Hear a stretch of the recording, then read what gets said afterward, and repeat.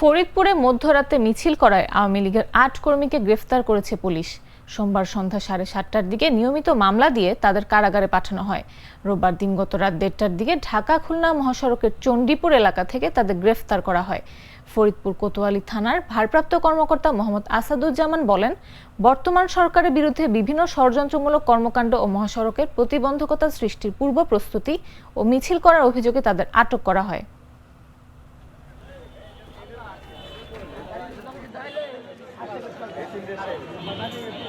গোপন সংবাদের ভিত্তিতে জানতে পারি যে কতিপয় দুষ্কৃতিকারী বর্তমান সরকারের বিরুদ্ধে বিভিন্ন ষড়যন্ত্রমূলক কর্মকাণ্ডের লক্ষ্যে আমাদের যে ফরিদপুর ঢাকা হাইওয়ে মহাসড়ক চণ্ডীপুর শাকিনস্ত ব্যারাক নার্সারির পাশে ৭০-৮০ জন দুষ্কৃতিকারী সংগঠিত হয়েছে।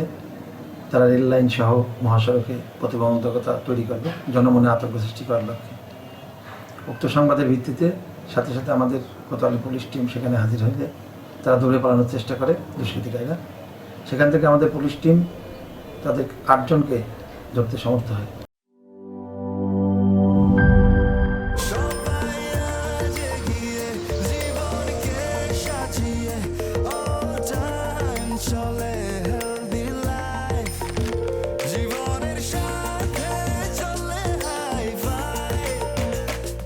চলার পথে স্বাস্থ্যকর all time honeycomb, all time healthy life.